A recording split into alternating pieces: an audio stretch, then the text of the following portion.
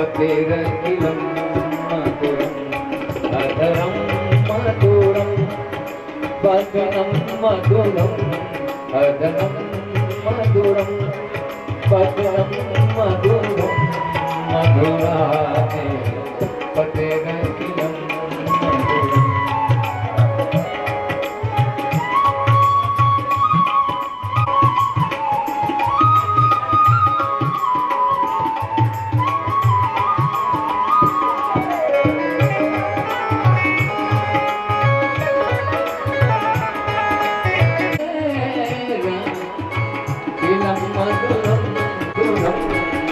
मधुराते पतेरखिलं मधुरं अधरं मधुरं।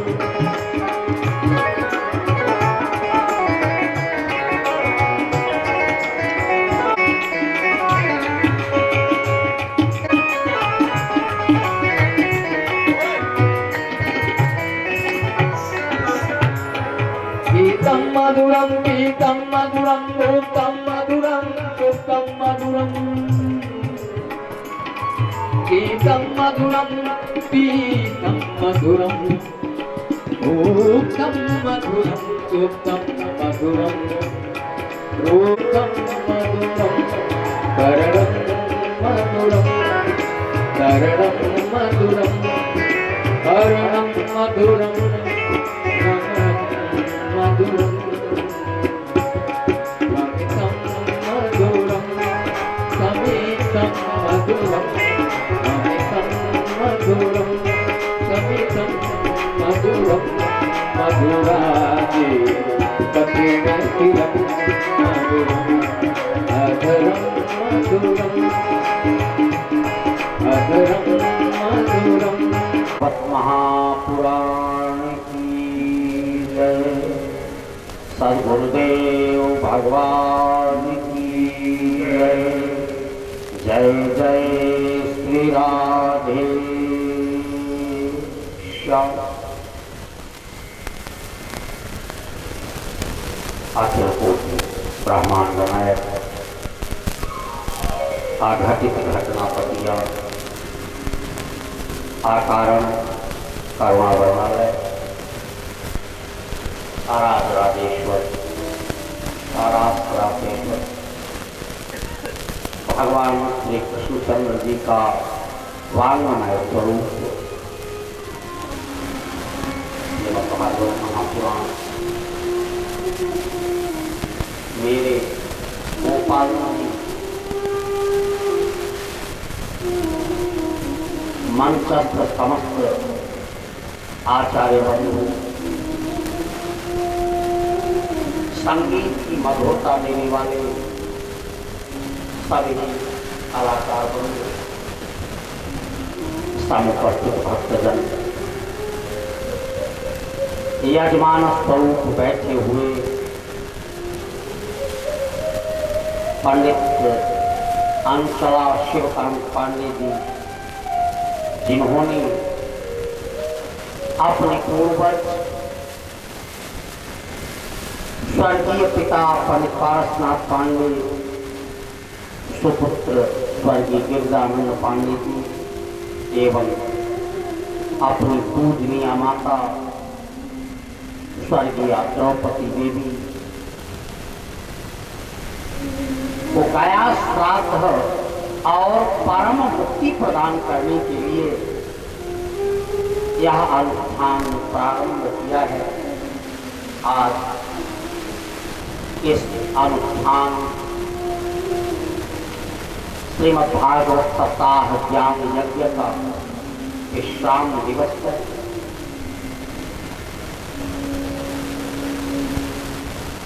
इस विश्राम दिवस में सब कुछ शांत हो, सर्वे भवन्तु सुखिनः, सर्वे सन्तु निरामयाः, सर्वे भद्राणि पश्यन्तु मा कश्चित् दुःख भाग् भवेत्। इसमें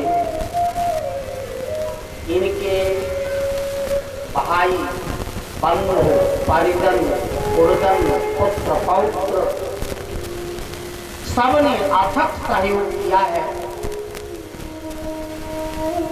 परिवार के मुखिया पंडित विमल चंद्र जी पांडे, लाल चंद्र पांडे, पंडित श्रीकांत पांडे, सभाकांत पांडे, कमलेश कुमार पांडे, नागेश कुमार पांडे, अमरेश कुमार पांडे, ये यजमान के भाई हैं।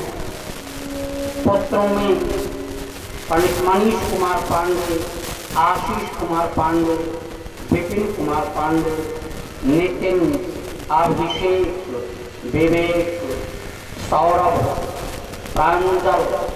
पौत्रों में अक्षित, अंशुमान, आयुष्मान, मायरा देवी एवं संपूर्ण यजमान परिवार दिन रात एक करके आज तो ठीक है, लेकिन बीच बीच में भगवान इंद्रदेव भी कभी कभी कुछ अव्यवस्था पैदा करते रहे। 2-3 रातें तो ऐसे ही कटी।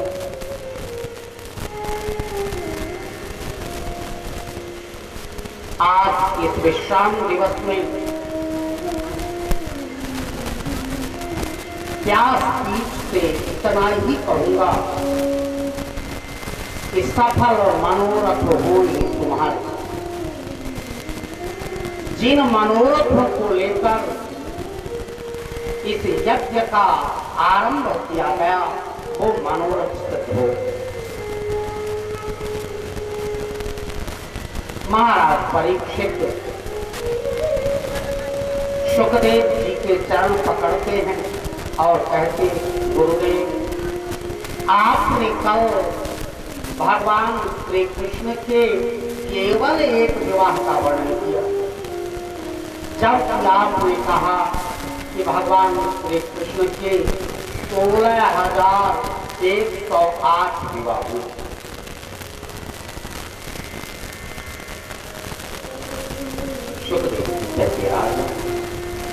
आगे की कथा श्रवण करने से पूर्व कुछ क्षण भगवान नाम का आश्रय पुनः कथा में का पान। तो आइए हम सभी समवेत रूप से भगवान श्री हरि नारायण के नाम का आश्रय ग्रहण करें, फिर कथा का पान करें। सभी सुने। श्री कृष्ण गोविंद हरे मुरारे, हे नाथ नारायण वासुदेव। श्री कृष्ण गोविंद हरे मुरारे, हे नाथ नारायण वासुदेव। कृष्ण गोविंद हरे मुरारे, हे नाथ नारायण वासुदेव। कृष्ण गोविंद हरे मुरारे, हे नाथ नारायण वासुदेव। गोविंद हरे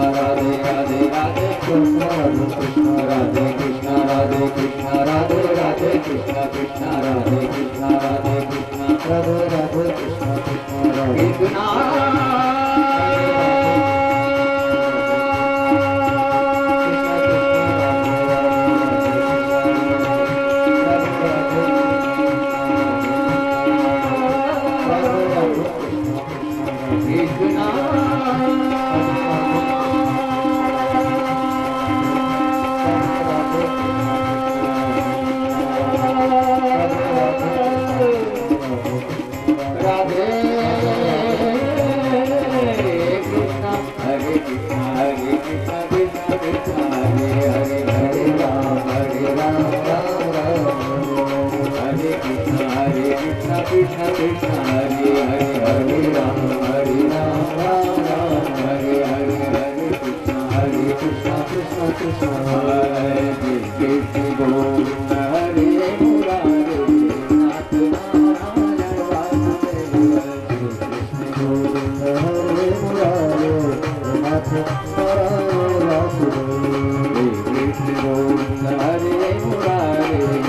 नाथ नारायण वासुदेव कृष्ण गोविंद हरे मुरारे नाथ नारायण वासुदेव राधे कृष्ण राधे कृष्ण राधे राधे कृष्ण कृष्ण राधे कृष्ण राधे कृष्ण राधे राधे कृष्ण कृष्ण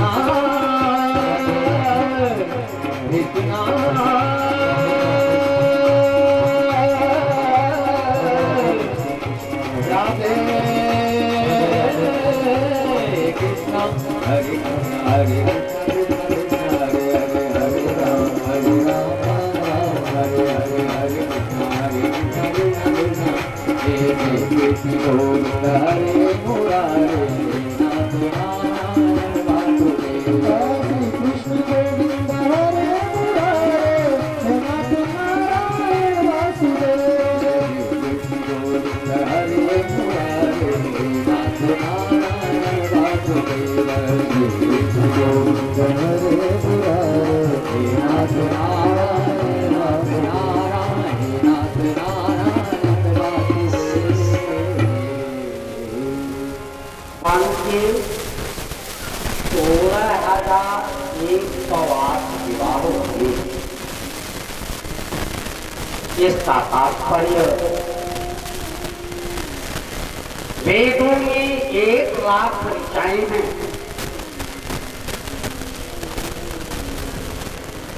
इन 1,00,000 ऋचाओं में 84,000 ऋचाएं दूसरे की हैं, 16,000 ऋचाएं उपासना कांड की हैं, 80,000 कर्म कांड की हैं, 4,000 ज्ञान कांड की हैं और 16,000 ऋचाएं, ऋचा का मतलब मंत्र। ऋग्वेद में 1,00,000 मंत्र हैं। उन 1,00,000 मंत्रों में सूक्त मंडल करते हुए 80,000 मंत्र कर्मकांड के स्तुतियां हैं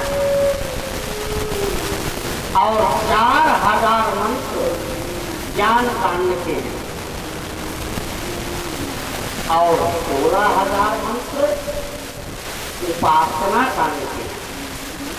ये 16,000 उपासना कांड की ऋचाएं मूर्ति मंत्र होकर गोविंद की अंचल बने और 108 उपनिषद है।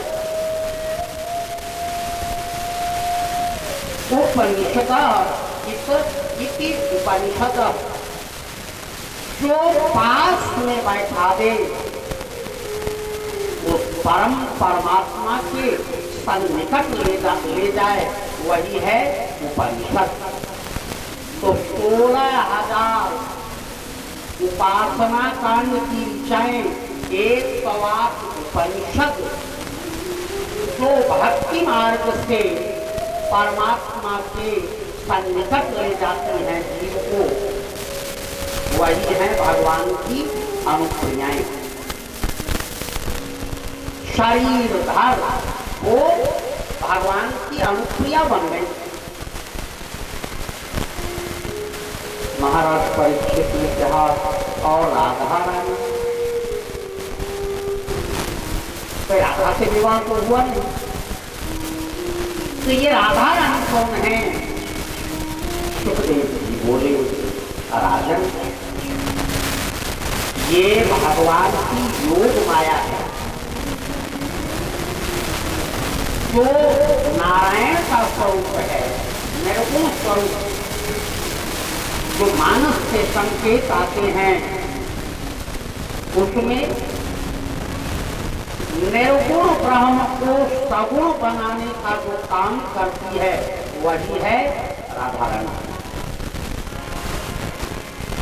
बिनु पाग चालई सुनई बिनु पाना, बिनु पाग चलई सुनई बिनु पाना, बिनु पाग चालई सुनई बिनु पाना, बिनु पाग चलई सुनई बिनु पाना,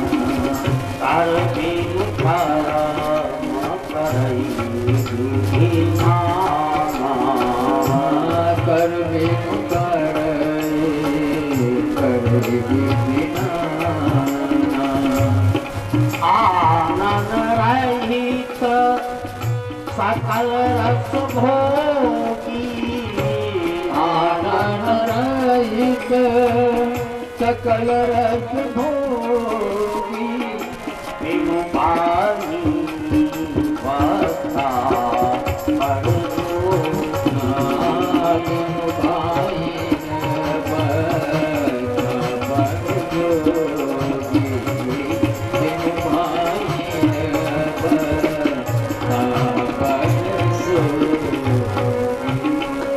यही तो निर्गुण स्वरूप है।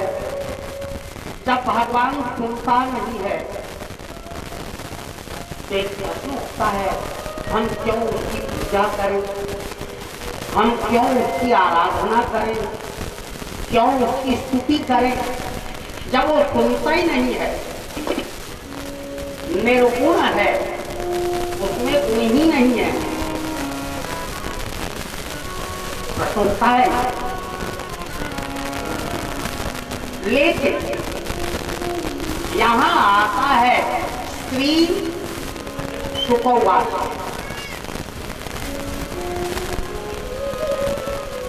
स्त्री सुखवास अब तक था सुखवास, अब क्या हो गया? स्त्री सुखवास। अब ये स्त्री कौन है? स्त्रवती की स्त्री, जो सुनती है वो है स्त्री। इतना नहीं, स्त्रावती की स्त्री जो सुनाती है उसी को कहते हैं स्त्री। जो सुनती है और जो सुनाती है, अर्थात हमारी आवाज को सुनने वाली कौन है? हमारी माँ स्त्री लक्ष्मी देवी। और हमारी बात को नारायण को सुनाने वाली कौन है? स्त्री। ये राधा रानी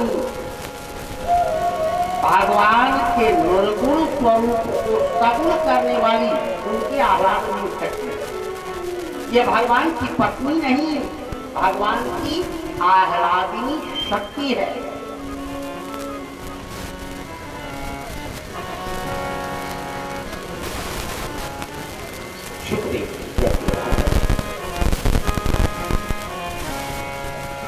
भगवान का एक विवाह भालू की बिटिया से हो। परीक्षित पगला गुरुदेव भगवान राजा थे, उनका विवाह भालू की बिटिया से कैसे होगा? कोई आदमी है तो बंगरिया से विवाह कैसे करेगा?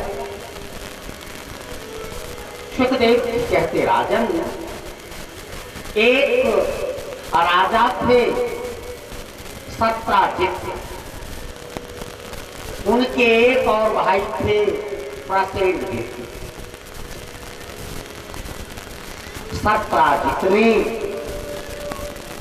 सूर्य नारायण की उपासना की और उपासना के बाद भगवान सूर्य देव ने एक श्यामंतक मणि सत्राजित को भेंट कर दिया और उनसे कह दिया, अगर इसकी उपासना करते रहोगे तो 8 भाग सोना नित्य प्रति ये मणि उत्पन्न करेगा। 8 भाग सोने का मतलब लगभग 4 कुंतल। उसकी पूजा पाठ करो, 4 कुंतल सोना रोज दे देंगे। सत्राजित नित्य प्रति, ये यज्ञ कुल के राजा सामंत थे। एक दिन सत्राजित इसी मणि को धारण करके आए और उसकी विशेषता सुधर्मा सभा में लोगों को बताई। भगवान की जो सभा थी द्वारका वाली, उसे सुधर्मा सभा कहते, वहीं ले आकर लोगों को बताया, देखो ये मणि है, ये मणि इतना सोना रोज देती है, इतने घंटे की उपासना होनी चाहिए, ऐसा हो वैसा हो। एक ने पूछा, भैया सत्राजित को आपके घर को कितने लोग हैं? उसने बताया, मैं हूँ, मेरी पत्नी है, मेरा भाई प्रसेनजीत है, मेरी एक बिटिया सत्यभामा है, इसके अलावा तो कोई है नहीं। कुछ दरबारियों ने ऐसे ही कह दिया कि आखिर इतना सोना ये देती है, क्या कहोगे? खाने वाले 2-4 प्राणी और कई कुंतल सोना ये रोज देती है।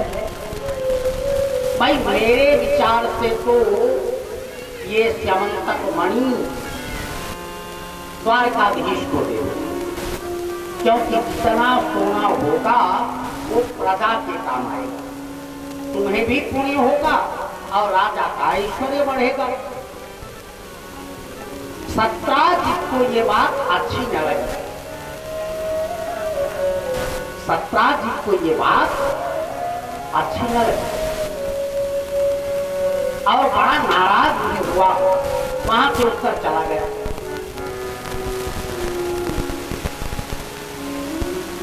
चले जाने के बाद एक दिन प्रसेनजीत ने कहा, भैया आप रोज पहनते हो इस मणि को, आज मेरी इच्छा है कि आप हमें दे दें।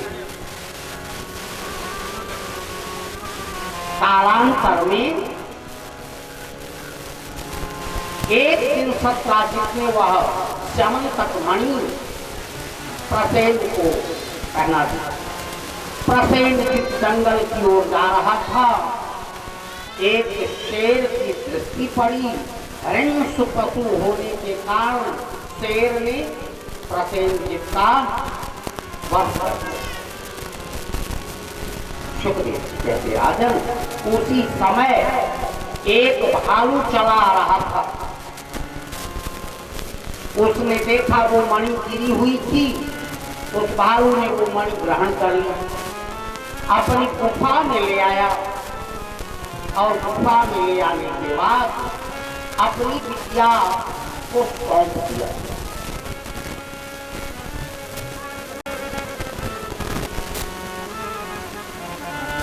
बिटिया करे क्या? वो प्रकाश जलाती, किसी ढक्कन से ढक देती तो अंधेरा हो जाता, उसे हटा लेती तो उजाला हो जाता। बस अब इतना ही काम उसका रह गया, एक खेल की वस्तु बन गई, एक खिलौना बन गई, इतनी महत्वपूर्ण मणि। सुखदेव जी कहते राजन, जब प्रसेनजीत न लौटा, लोगों को पता चला कि शेर ने खा लिया है। सत्राजित ने करने करने जपांजना, एक काम से दूसरे काम, दूसरे काम से तीसरे काम। मुझे लगता है द्वारकाधीश ने मेरे भाई का वध करा और मणि छीन ली। और ये बात धीरे धीरे द्वारकाधीश तक पहुंच गई। द्वारकाधीश ने कहा, इस कलंक का मिटाना बहुत आवश्यक है। जंगल की ओर चले और जब जंगल की ओर गए तो जहां प्रसेनजीत का विदीर्ण शरीर पड़ा था, छत विक्षत, शेर ने कुछ खाया तो छोड़ दिया, क्योंकि शेर मृतमांस नहीं खाता। जिसको दबोचा, जब तक वो छटपटा रहा है, जितना खाया खाया, अगर शांत हो गया तो छोड़ दे।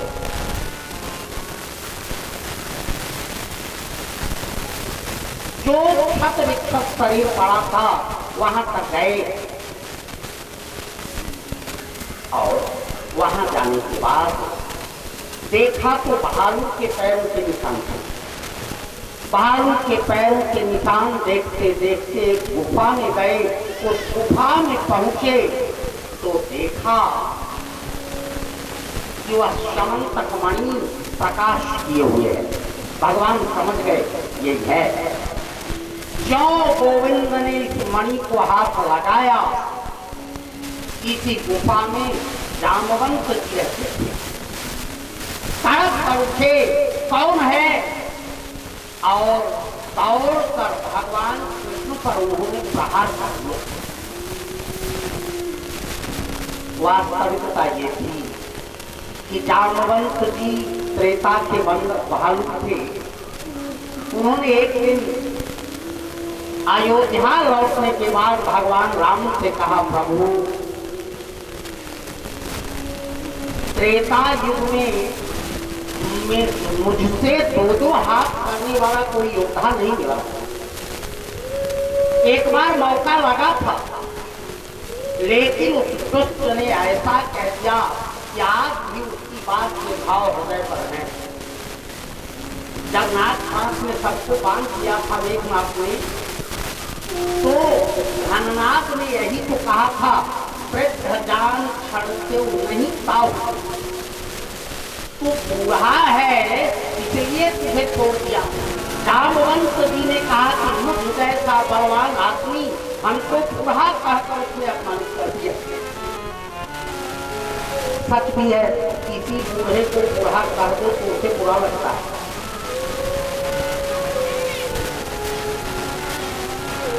सुखदेव जी कहते, राजन भगवान ने कहा, जामवंत जी आपकी ये मनोकामना भी द्वापर में पूरी हो जाए। आज जो भगवान ने समंतक मणि पर हाथ लगाया, जामवंत जी उछले, भगवान के दोनों हाथ पकड़ लिए। भगवान समझ गए और खूब नचाया खिलाया, मार मार कर उनकी एक एक नसें तोड़ डाली। जब वो थक कर गिर पड़े, तब प्रभु पहचान पायो चरण, भगवान को पहचान कर उनके चरणों पर गिर पड़े। प्रभु मैं समझ गया आप मेरे राम हो। भगवान ने श्री कृष्ण के विग्रह में राम स्वरूप का दर्शन कराया।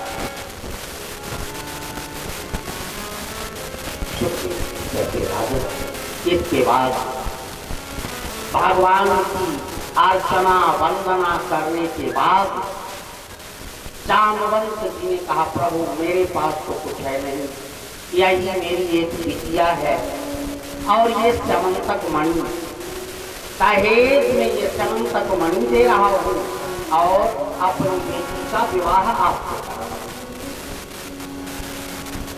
अब तो देखिए, उपहार में मिली हुई दुल्हन वह भी भालू, भगवान करेंगे खूब बढ़िया कपड़ा पहनाया, ले आए द्वारिका के महलों में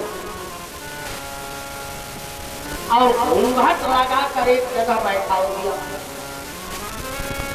देवी रुक्मिणी के पास गए, बोले देवी एक दुल्हन आई है, बहुत सुंदर है, बहुत उसका स्वरूप देखने से लगता है इससे अच्छी दुल्हन कोई हो ही नहीं सकती। इस बात बताऊं, नारी मनमोह नारी के देवी रुक्मिणी को जलन होने लगी। उन्होंने भगवान श्री कृष्ण से पूछा, प्रभु हमसे भी सुंदर? बोले हाँ बहुत, क्योंकि वो साक्षात लक्ष्मी की हैं। हाँ हाँ बहुत सुंदर। सरस्वती जी ने मुंह फेर लिया, भगवान के पैर दबाई, कुछ प्रसाद पवाया, अंत में प्रणाम करके उठने लगी। भगवान ने कहा, देवी आपका मुख मलिन क्यों है? बोले देवी बोली, प्रभु अब क्या बताऊं, अगर हमसे भी सुंदर कोई देवी यहाँ पधार गई है तब हमारा सम्मान घट जाएगा। भगवान ने कहा, देवी आप मांगो, जो वरदान मांगो मैं वही वरदान दे दूं। कभी कभी साप भी वरदान बन जाता है। देवी रुक्मिणी ने कहा, प्रभु मेरी ही आकृति जैसे उसकी आकृति हो।